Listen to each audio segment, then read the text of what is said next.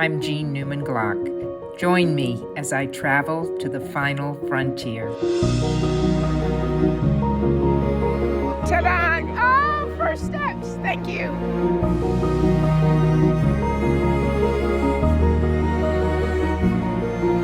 Antarctica matters. This is the area of the world where changes happen most rapidly.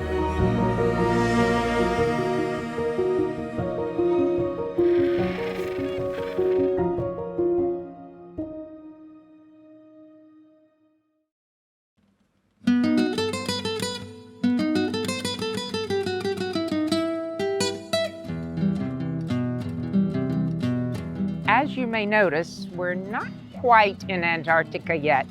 I've just landed in beautiful Buenos Aires, where it is spring, and we have a taste of spring and the wonderful Argentinian culture before we take our charter flight down to Ushuaia and embark on the Viking Polaris for the last frontier.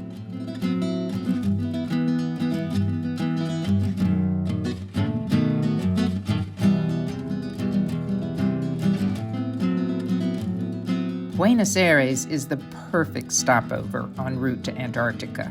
I loved the taste of spring and especially the opportunity to explore the beautiful and colorful La Boca neighborhood.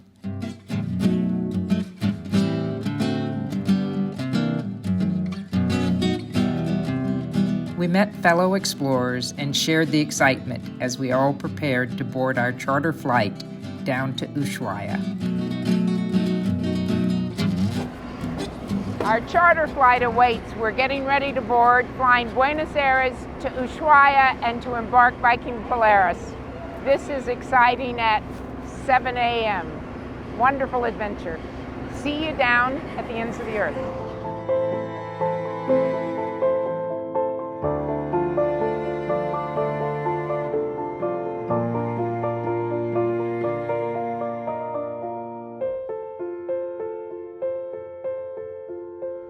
We just landed in gorgeous Ushuaia. When we landed, it was heavy sleet, rain, felt horrible. 5 minutes later, look at this, absolute gorgeous sunshine.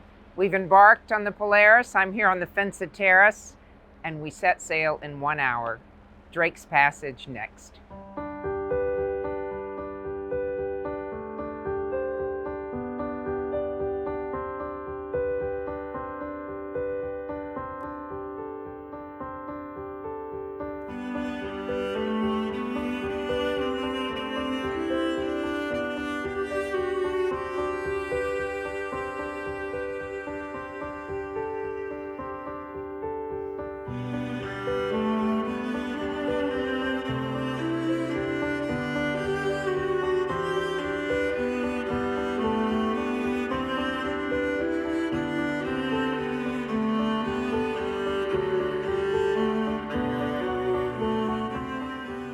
Aaron, Jean. Hi, Jean. We have met before, but we'll pretend we haven't. We haven't met on the bow. No, exactly. But as head of expedition operations, I appreciate you taking a few minutes on some very busy days before we make it to Antarctica. No, I'm happy to be here. We're sailing Drake Passage, which is hard to believe because it looks like the Med, except for the temperature. How many times have you crossed this passage, and is this typical? Yeah, it's certainly not typical. I've had some rough crossings over the years, and I've had some glassy, calm crossings where you've seen the ship's reflection. I've probably crossed, I know I've crossed north of 200 times. Oh my! Going south or north. Right. So, I left sort of 100 trips behind a number of years ago. And didn't mean to age you. No, it's I've been taken by the passion of Antarctica, and so despite some of the rough crossings, I've been eager to come back every time. And it is. This is what we'd call the Drake Lake. It's fairly calm. We've got winds are light, sea conditions are calm, so we can be affected by the wave height that's directly the result of the wind we're feeling around us. We can also get the residual from a storm that's 20, 30 miles away or 100 miles away that's passed. Oh, wow. And so this morning it was a little bumpy.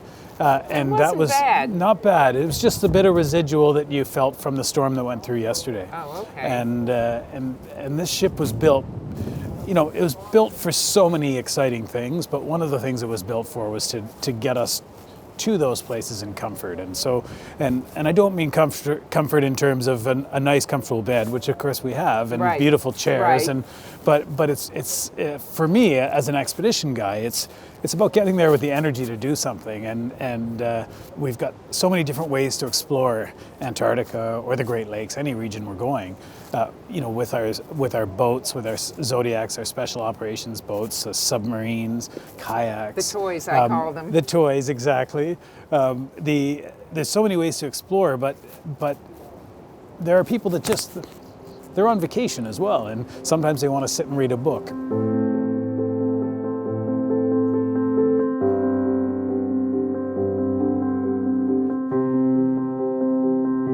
For me, the hardest part of coming to Antarctica was what to pack and how to pack. So we thought it would be a good idea for me to show you what I've packed. Now, this is not actually embarkation day. As you can see, we're on Drake's Passage. Luckily, it is just barely rolling. So if you see me jiggling, I'm not drinking. It's just Drake's Passage. So here's what I've packed, and so far it's working. Today, first day on board, I'm wearing 2 layers, leggings, shirt, outer shirt. This is great around the ship.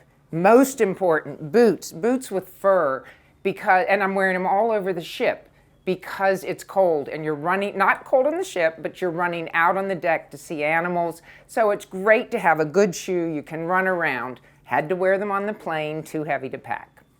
So here's what I packed. This is not a carry-on trip. My first post-COVID non-carry-on only. So this is huge.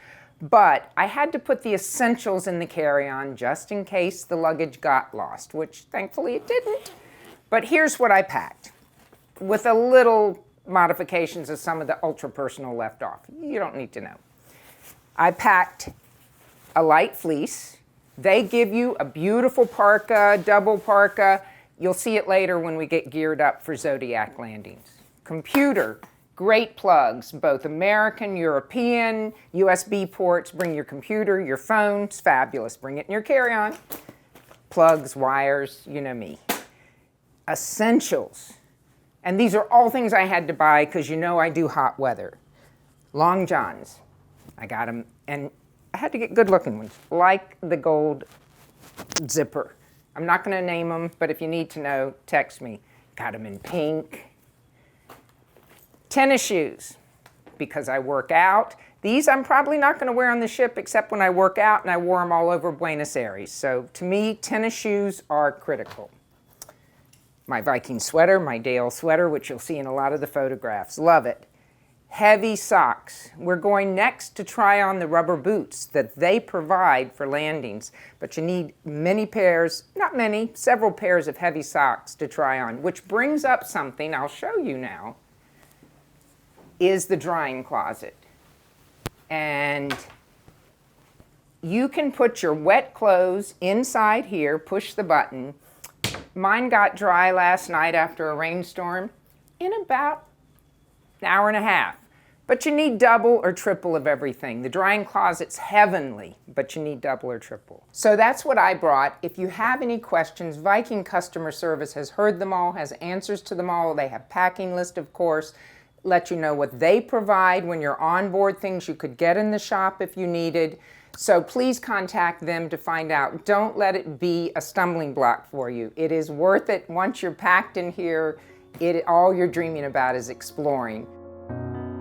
As you can see, this is a shortened version of my packing video. I barely got through my first carry-on and not the checked luggage. But Viking.TV will be posting the full version soon. I also need to offer a correction here. I misspoke throughout this entire episode. It is Drake Passage, not Drake's. How embarrassing. As we crossed what was close to a Drake Lake, we eagerly prepared ourselves for our first excursions and landings. The expedition team provided informative briefings on the IATO, the International Association of Antarctic Tour Operator protocols, as well as the multitude of exploration opportunities awaiting us on the White Continent. And while my kayaking skills may have seemed impressive, the test itself was not as daunting as it My feet appears. on the black hatch, grab the rope, elbow, and I'm sliding in. Okay? Easy. Look, you make it look easy. I'll do my best. And Lean onto your elbow and bum first. Perfect. ta-da, And then you half can sit done. back. Perfect. That's a pass. That's a first pass. Only halfway there, guys. Second pass. Getting out.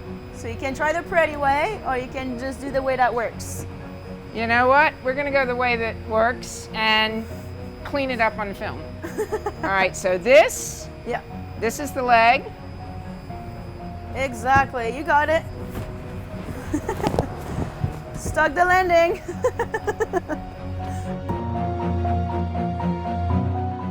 And a very good morning to all of you. This is your captain here from the bridge. I hope you are all doing fine. Complete our Drake passage, and I just want to announce you that from now, any minutes, we're gonna start to be in sight of some ice. And welcome to Antarctica. Captain, we just heard your announcement, and it's earlier than we expected here. It's before 10 o'clock in the morning, and we've had a very quick crossing of Drake, or at least it seems so to me. Is this quick? What brought us here so wonderfully early? Actually, you're right. We are very fortunate for our first Drake passage. We had what we call a Drake Lake. So it was a very comfortable crossing. We managed to do a good speed, so we arrived a bit earlier. And then, yes, we are all excited now to finally sight some ice, you know. I see pieces. Well, I thought it was your great driving of this beautiful vessel that got us here quickly, but we'll give the weather a little credit. So we're gonna see some ice, sail by, and then start launching all the wonderful fleet that we just saw down in the hangar? Exactly. So now the next hours will be a bit of ice navigation. We've got some good sightseeing. And then by midday, we will approach our site, we will stop the vessel, and then we will start to deploy all our equipment. And then we are ready for the show. It's palpable excitement on board, and I know most of the guests have even 2 excursions off the ship today, an SOB, a Zodiac, a kayak. So to me, I just can't wait to see everything launched. But to have an extra even 4 or 5 hours on the peninsula in the area is such a gift.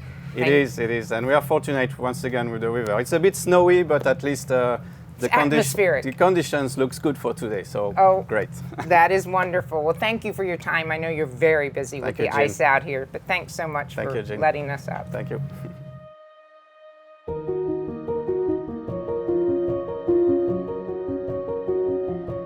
We are here. I've seen my first piece of ice, and now I've learned if it's 5 meters above the water, it's an iceberg. So I have seen my first iceberg.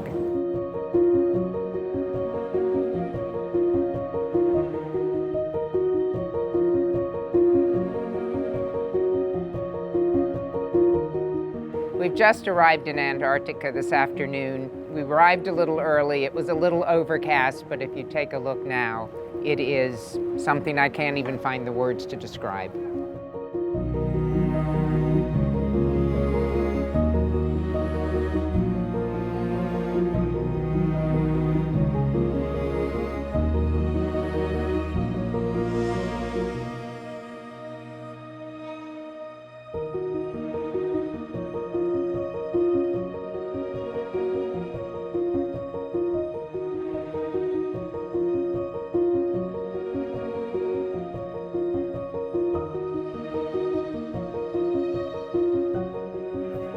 All kitted out, our first Zodiac ride, our first day in Antarctica. So excited, and here we're off.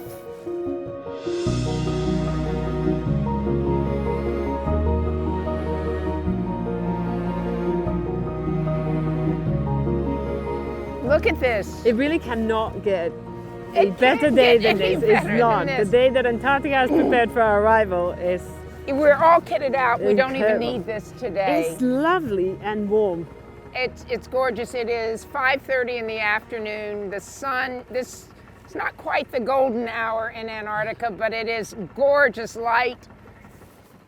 I'm with Isabel, the expedition leader. Isabel, where are you from? I'm from Spain, Where in Spain? a beautiful province in the northwest coast called Asturias. Asturias. Yes. A little different from this. It's slightly different, very green. How long have you been an expedition leader? I have been on expedition since 2015. Oh. Expedition leader now since last year with Viking. So you were on Octantis. I opened Octantis. I was Oh. on Octantis and she was on the shipyard. So I have a very soft spot in my heart for her. Oh, she is beautiful, but she is the identical sister And so of is Polaris, exactly. So is Polaris. Look at it. Now, we're not landing today, the first day, and this is not a good landing spot. But tomorrow, I understand, we'll, if things work out, land That with is correct. penguins. We have a couple of spots in mind, which are spots for landing. There are places here that are purely for Zodiac cruises. Of course, this is one of them, Fournier Bay. But tomorrow we are trying to do our first landing. So we're very excited. We want to bring everybody and put their feet on Antarctica. Now, we're the first ship down here We are. this season, and I love it because we're the first, and we'll be the first footprints on the landing if we Yes. land. But what is special about this time of year, the early season? The early season is much more alive with ice. We're going to see much more ice, which is going to make it, not going to lie, a little bit more complicated, but at the same time, it gives you this beautiful, beautiful view with all this ice coming from everywhere. We have special charts that we look at, so we know where there's ice that we cannot go through, but we know where there's places like this. Not to mention that Antarctica at this moment is all for us. During our cruise around Fournier Bay, the scenery was breathtaking. However, what struck me the most amidst all this beauty was the profound silence that enveloped us. Isabel turned off the Zodiac engine, allowing us to drift silently among the icebergs. As we continued our exploration, the silence was only occasionally interrupted by the sound of icebergs calving, penguins darting through the water, or waddling up the slopes to build their nest. Later that day, Aaron took me to the hangar on board, which is the hub of our expedition operations. Here he showed me the diverse range of options available to us for exploration in the upcoming days.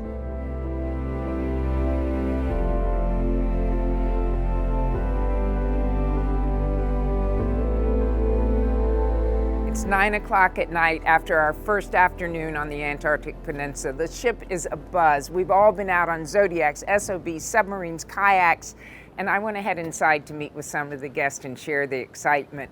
We can't wait until tomorrow. Hi, Kim and Kent. We've just met.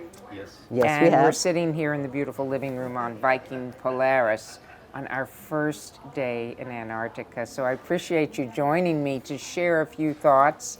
You can imagine something like this being on your bucket list. And they talk about Antarctica being this fairyland, but the reality, it is a magical place in which words really cannot describe. Only your eyes can capture the majesty and the beauty.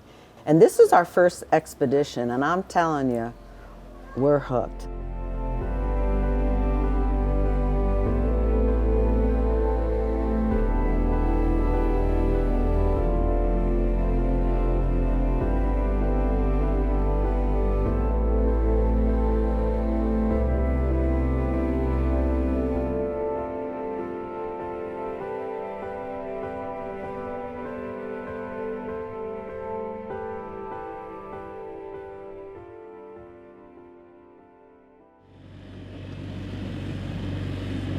We see our first penguins are over here on the snow.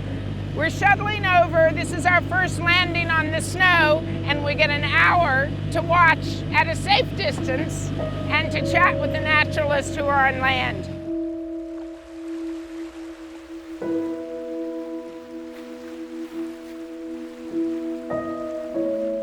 Sailor's grip.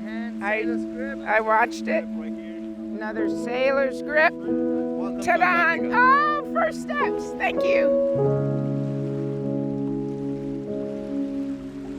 We're climbing up the highway pathway that the guides have prepared for us, and with the poles or without, it's very easy.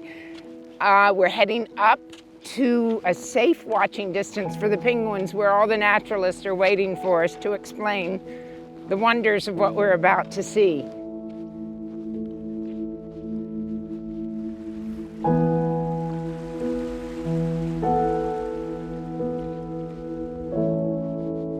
Tell me, have they just arrived, these penguins? Are they looking for nests? What's happening? Yeah, so this is their nesting grounds now. They've just fed, and that's why they're busy lying down. They're digesting their food at the moment. Some look a little fat. Yes, they are. No, they've got their bellies full, and yeah, some of them are hiking up to the top there for who knows what reason. Probably this view. Or to get away from us. Yeah. I hope not. No, We hope not to be. I don't think so. There's no predators on land, so they're quite secure, and that's why we're able to get quite close to them in general, because they don't have any land predators, and yeah. So have they migrated here in a colony altogether? Do the colonies stay together, or do they vary? Yes, they do. And there's probably, they've got there's thousands of them, thousands. We are getting counters that are coming on board at a later stage. Okay. And they have a little clicker, and I've got to, click. Oh, good luck with that. I know. I'm glad There it's is not no- my job. That would be a good one. So this colony would be this whole area. Exactly. And another colony Yeah. would go to another mountain. They would, yes. Okay. Yeah. And so they've eaten. Now next they'll make nest, but not for weeks Not or. for the next couple of weeks. Yeah, Okay. They'll start in November or so. Okay, so they'll fatten up. They Everybody will. get fat and healthy. Yeah. Tell me how the guests' first reactions were when they came. Ah. Your first guests this morning. Literally breathtaking. Literally breathtaking. It's again, being able to give this magical experience to them is really, really something. Wonderful being able to do this for them. You don't ever get used to seeing this and watching these little happy feet walking around. I love this job because, it brings me to those beautiful places. I get to share all my knowledge, all my passion with guests.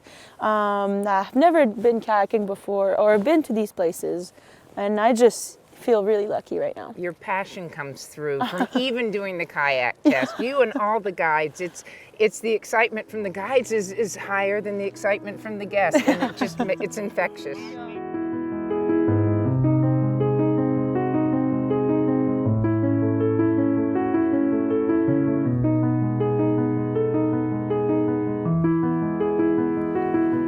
And once again, your captain here. So have a look on port side for our welcome. We even have 2 humpback whales on our port side, just saying hi to us.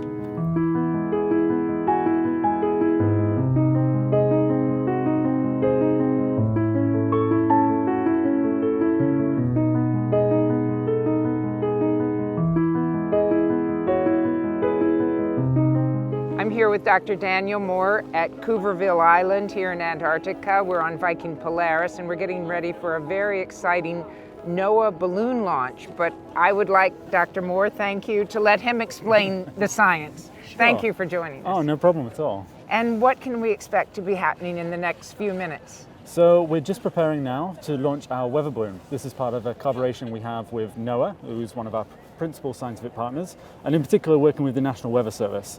So in a minute, my team and I, we're going to prepare the balloon, fill it with helium on forward decks, and then we'll bring it back to where all of our guests are joining us, and we'll talk through the system, and then hopefully do a big countdown to launch it into the sky. Now, how many ships launch balloons like this? Well, a number of ships launch balloons, but most of those are government-owned vessels. Okay. We are only the second ever civilian weather balloon station. The second vessel, ever. yeah. the second ever. The first one, of course, being Viking Atlantis. Well, so Viking has the only 2 civilian ships launching these balloons for NOAA. Absolutely, It's yeah. a close partnership. Yeah, very close partnership and a real honor and a privilege to be able to do that. Oh, very much so. Well, I don't want to keep you from the science because I know there's a strict time frame, There but is. thank you. We're up here on deck 7 waiting for the exciting launch. We'll watch with all the rest of the guests. Okay, Thank you, sir. Just here. Okay, so I need your help with a big countdown. Are we ready? 10, 9, 8, 7, 6, 5, 4, 3, 2, 1, launch!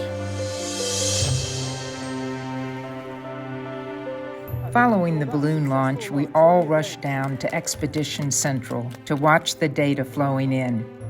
Expedition Central is a dedicated space on board where you can always find expedition and science team members who will share the experiments taking place or answer any questions you may have. It is one of the most popular spots on board. Dr. Moore, Daniel, if I may. Of course.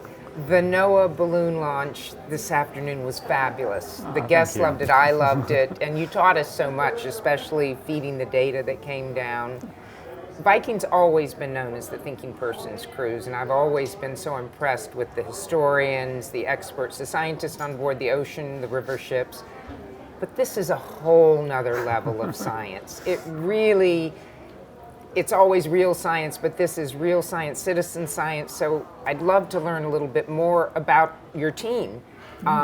Tell me about your team on board. Absolutely. So I'm incredibly blessed to be working with an incredibly professional, knowledgeable team. So we have the wider expedition team, and within that, huge amount of experience on expeditions. Most of them have a science degree. And then within my sort of smaller science team, we have our specialists. Most of them have degrees, if not master degrees. Often they come with their own PhDs. Wow. We have a field research assistant who supports me directly in all of the science that we do on board. And then we have our visiting scientists. So all of our scientific partners, they often send scientists down to sort of spend time on board for specific research projects as well. Is there an experiment that you're going to be doing on this voyage or one of the next ones that you're particularly excited about? There is actually. Oh, so last season I said we deployed the baited cameras, and that gave Right. us an indication of fish distribution around the Antarctic Peninsula. Well, one thing that we found was whenever we deployed those baited cameras close by to penguin colonies, we would discover a lot of fish, which is kind of counterintuitive because you'd think the penguins would eat all the fish and there'd be less there. Well, when we look at big bird colonies in other parts of the world, we find the same kind of effect. And it's because birds, they poop a lot. And that guano, it runs into the water nearby, acts as a fertilizer, promotes algae growth, which is a great habitat for fish, which draws in the fish. But this hasn't really been studied in Antarctica before. So this year, interesting. Viking have invested in a remotely operated vehicle, an ROV, or kind of an underwater drone, and we're going to be surveying for fish populations close by to penguin colonies to further that area of science. What a great experiment for Viking to be offering to the scientific community. I think so, and figure, I guess as well, to be able to see what we're seeing under the water in almost real time, it's just later on that day, and to be kind of part of that scientific process and see it all the way through. It's just amazing, and words like state-of-the-art, cutting edge, real science don't even seem to describe the breadth of the science on board here. And I've heard many of the guests say, I didn't know I was interested in science, and they're down here looking at all the details, and I know I'll see them in the science lab where I hope to see you in the next few days as we do some of the citizen science experiments.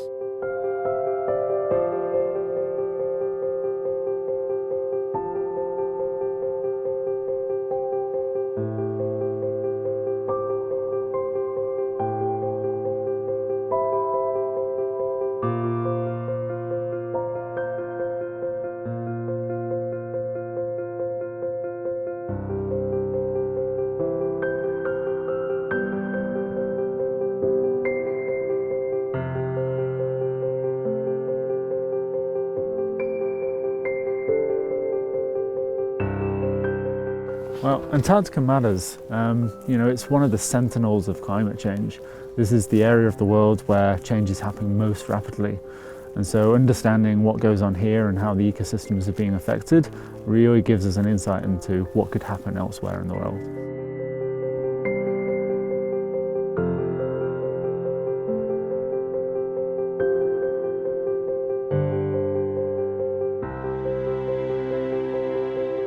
Going out with Dr. Moore to launch and retrieve the new ROV was exciting. We pulled along 2 other Zodiacs that were heading out so they could also see the process. Then back on board that afternoon, we saw the first recordings from that morning, and it was breathtaking to see the penguins swimming underwater. Me at the time, and I wasn't hearing it through my own excitement and screams.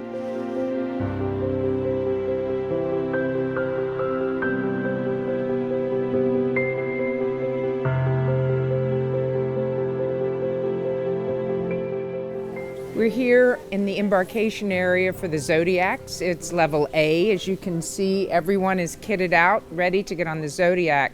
Today we're in Paradise Bay, and it is gorgeous, exquisite weather.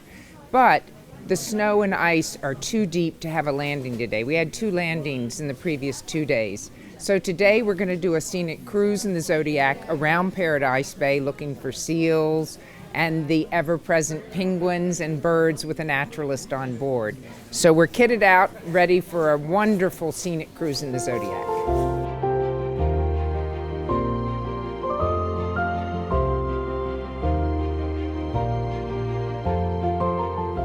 I've been surprised by the height of the mountains and every bay that we've come in. What is the approximate height? And tell me a little bit about I guess the glaciers have carved them. Yeah, so these ones here are probably about 2,000 meters tall, right up to the top of the pinnacles there. And you're right, yeah, there is a lot of glacial valleys that are created, but I think a lot of them are also created by the tectonic plates coming up and moving up. But they are rather spectacular, aren't they? They really are, especially just as this early spring and the snow's melting and you see just little glimpses of them underneath. It's stunning. If you hear any sort of rumbles or crunches, usually that's the glacial fronts here carving. Oh. Chunks carving off, and you can hear the rumbles. Oh, wow. They're fantastic. So if you hear any, that's what it is. I'm hoping we do. It's the sound and the silence that really has impressed me almost as much as the visual. It's the pure serenity to be around. We've just seen 2 seals, one very fat sunning himself on the ice, one up on the snow. A penguin we're trying to identify. It's still at a distance, but we want to be very quiet and not scare him, although I think the seal is sound asleep and very fat. Here he is, moving his tail. He's not stressed, but we will stay about 20 meters away to ensure we don't stress him.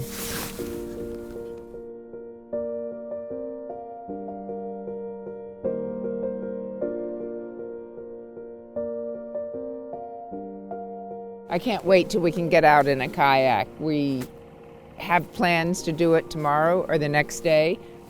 I don't know what the weather will be like, but whatever it is, to be gliding along in total silence in this water, in these mountains, in this snow, has got to be another surreal experience. I say it every day. Every morning I wake up and look out my Nordic balcony, lower the window and say this is surreal. But the kayak is something I'm very much looking forward to. After a morning filled with outdoor exploration, it was time to explore on board. Hello. Hello, Sujit? Yes, welcome aboard. Thank you. I'm thrilled to be on board, and I feel like I might be on an ocean ship, but it looks a little different from Viking Ocean. A lot the same, a little different. A lot of familiarity. Oh, that's wonderful, because I adore them. Yes. Could you show me around? Please allow me to walk you. Thank you. You see that the setup, the menus, everything pretty much reflect our concept from the ocean. The chef has a lot of freedom to operate independently, to get local things to place on the menus and in the World Cafe. And it's traveling the world, back again in expedition, in comfort. In expedition and comfort, which is pretty hard to do, but I think you may have captured the concept. Yes. Hello, buonasera. Oh, how beautiful. Buonasera. Buonasera. Oh, thank you. I can't wait to actually dine in Manfredi's again. Oh, look, again, it's very familiar. It's more intimate. Yes. It is the same size as a restaurant. You can take up to 100 guests an evening. On here, on Expedition, we even made it more intimate. So the chefs are cooking pasta right where guests could watch. And this is the best table in the house. And here we are at the World Cafe. Well, I've spent many hours in the World Cafes on the ocean ships, but again, the view here, a little different. So what else is different? Good evening, everybody. Good evening. Good evening. Lovely to see you. Many familiar faces. Yes. So it's familiar, but I don't recall this. Yes, one of the most popular amongst our guests as they walk into the World Cafe is a live bakery. You smell bread right from 3 in the morning. You smell the croissant as you walk up the stairs. Oh, that is far too tempting. This is pretty much a 24-hour operation. Okay. You can always come up here, grab a cup of coffee, which is available 24 hours, grab a cookie, or take a piece of bread. So that is different, because even though Ocean has 24-hour room service, I couldn't run up for fresh bread in the middle of the night, which absolutely could be a craving. Delight. What a sushi bar. So, myriad number of selections, I would say, when you come on an 11-day voyage. Arlene in charge here, right from soup to sake. Miso soup, sake. Absolutely. And you get a wide range of absolutely everything. Sashimi. Oh, it just looks delicious. And I bet very popular spot on the cruise. Very popular indeed.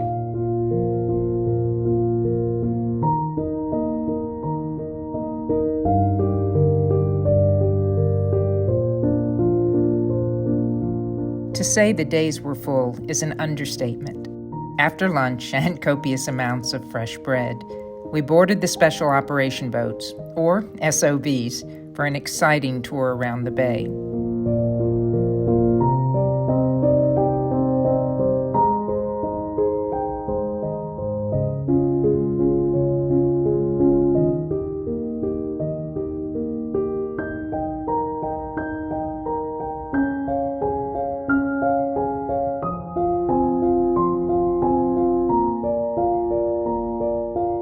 Before dinner, it was time for a relaxing visit to the thermal pool in the spa, from where we could still watch all the wonders outside.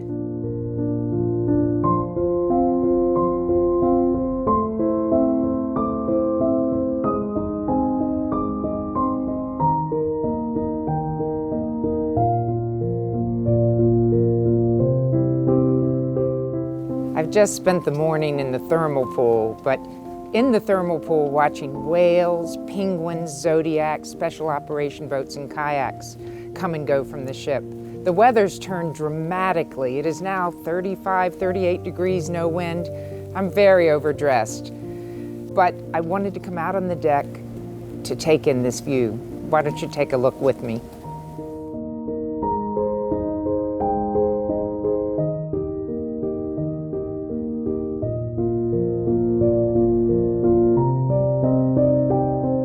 Gear for kayaking is different than what we wore for the landings.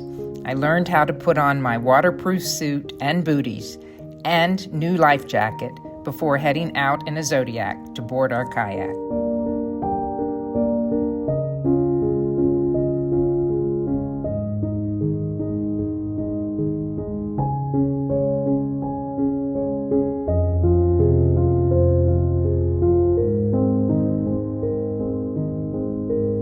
I'm excited to get on, but should I tell you I have never kayaked before? It's okay. It's super beginner friendly. Well, I'll show you everything you need to know. Not the place probably to start, but why not? Yeah, no worries. It's really easy, and especially with our kayaks, they're really, like I said, beginner friendly. And then I'll be with you. So Okay. I'll show you everything. Tell me why you've chosen this spot. Well, there's really beautiful icebergs all over. And then also we can see all the colors. Oh. It's really smooth as well. We were a little protected from the wind. Do you remember your cactus? I do. I remember. Don't touch the seat. Uh-huh. Put my feet on the black circle And do not stand up. and do not stand up. Exactly. So what I'm gonna do, I'm just gonna hold the kayak really close to the Okay. Zodiac, and then you can start by putting your feet in the kayak On the black circle. on the black circle, and you'll Don't be touch the seat for no. And but you can scooch in here. So and just slide in. exactly, All right. And I can reach over there. you can reach over there. I'm on the black circle. I slid. Perfect. Look at that. See, You'd that was think so smooth. I'm a pro. It was easy. I've never done it before. Now, the way you wanna hold your paddle, you wanna be able to read the brand. The brand should be in the Got top it. right part of your paddle. Okay, Perfect. easy. That is amazing. I can read. Yes. Yeah. This is very comfortable. It's very stable. Those kayaks are very stable, and that's why it's really beginner friendly. Okay, now since we are in a duo in a tandem kayak, there's two different roles. Okay. You are my engine, All right. so you'll be just paddling forward. You don't have to really think about direction Good. or steering. All right. That's my role. All right. Person at the back is the steer, and then All you're right. just the engine. So you can just go forward. Right. Usually exactly, and then we'll just synchronize ourselves. There we go. Oh, wow.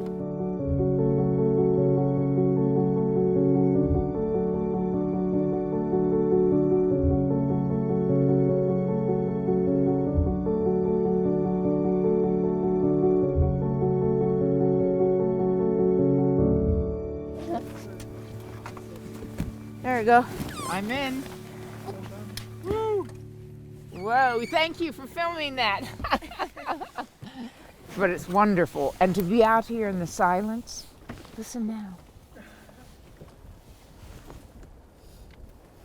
I don't know how to describe that it's more silent here than anywhere else in the world. Except for the ice calving, the birds, and the penguins, and the whales.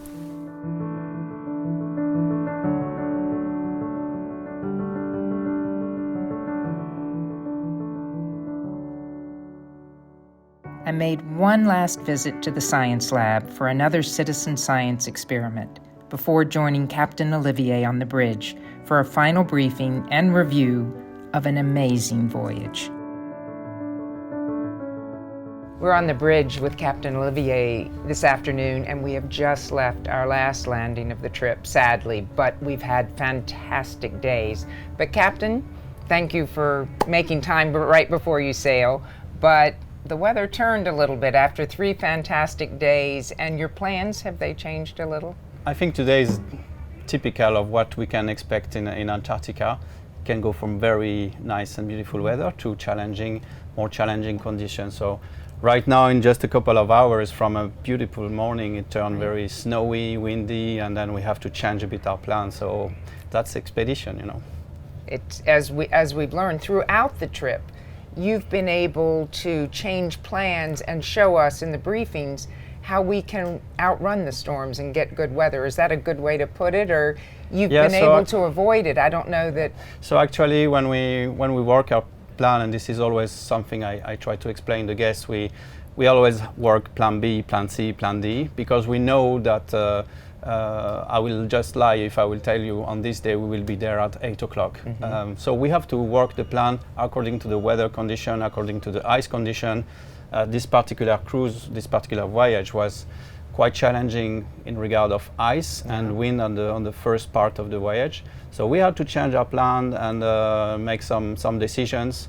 So yeah, this is making also this is very rewarding for us to navigate like this, you know. Well, it was rewarding for us because you brought us into sunny, beautiful ports 3 times, bright sun we didn't anticipate. Yeah, it's really about flexibility, and we we need to change our plan. As you have noticed this voyage, we also sometimes have to abort plan. So there is some occasion where we start operation and then the weather is turning bad. So I have to take the call for safety reason to abort the plan. But we always try to maximize the guest experience, you know. And this is a different experience, and I think after a couple of days, our guests realize how lucky they are to be able to do the program. We had some glorious day, but I'm happy because our guests this voyage have seen the entire panel of conditions. They have seen what we have now, the snow falling horizontally, very strong winds, challenging, a lot of ice around. So on some sites we were not able to reach our final destination because of the ice. Some we were too. So we had to play with the elements, but we also had a couple of absolutely gorgeous days. So I think everybody has been blasted by the experience, you know. So every guest I've spoken with didn't expect this many sunny days, so it was really a gift.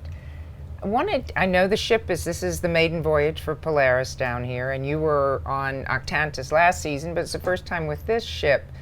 But it is not new Antarctica to your navigation crew. Could you tell me some of the experience or estimate the experience your crew has in polar regions? Yeah, so indeed we have a brand new vessel, but all of us here on the bridge are experienced in this type of navigation. So I have sailed Antarctica for the last 10 years now, myself, 7 years as a captain, and some of my officers also have wide experience in ice. All of us needs to be certified as ice navigators, and I certainly have some really good guys with me to help me in these challenging waters.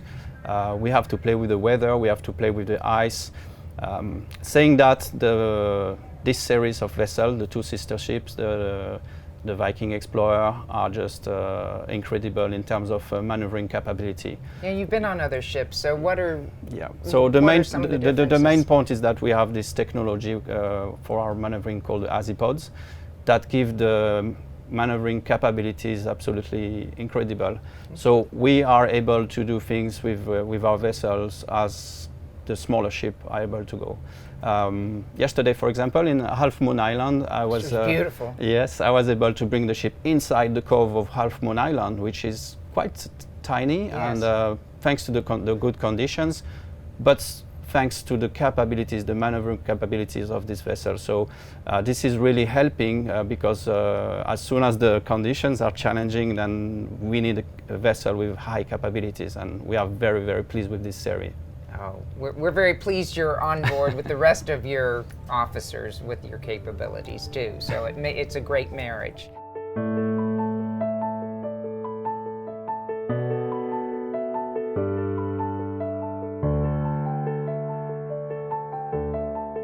We're heading back to Ushuaia and sadly back to South America, away from the beautiful white continent. And I'm thinking about all I'm going to miss after this fabulous expedition.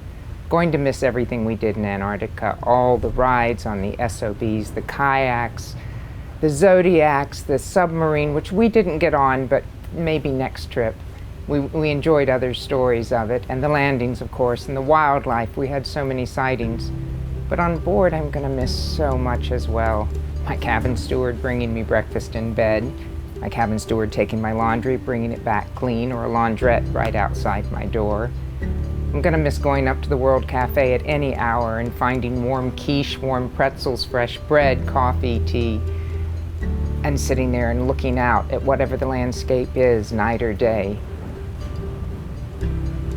I'm gonna miss these waves. I'm gonna miss this special hidden place. I'm gonna miss all the crew, the staff, the expedition staff, the science team that are always around to teach me, the officers, the Captain Olivier, who is just marvelous.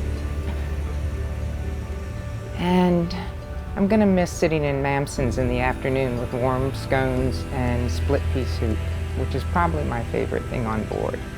What I'll take away most from this expedition is that this 67-year-old grandmother, who is not an athlete, who is not a kayaker, who is not an outdoorswoman, can become a true explorer, and that I can experience somewhere like Antarctica fully, I can be on the landings, on the kayaks, on the Zodiacs. And that takeaway is going to reflect in all my future travels because I know I can do it. And for that, I'm really, really grateful.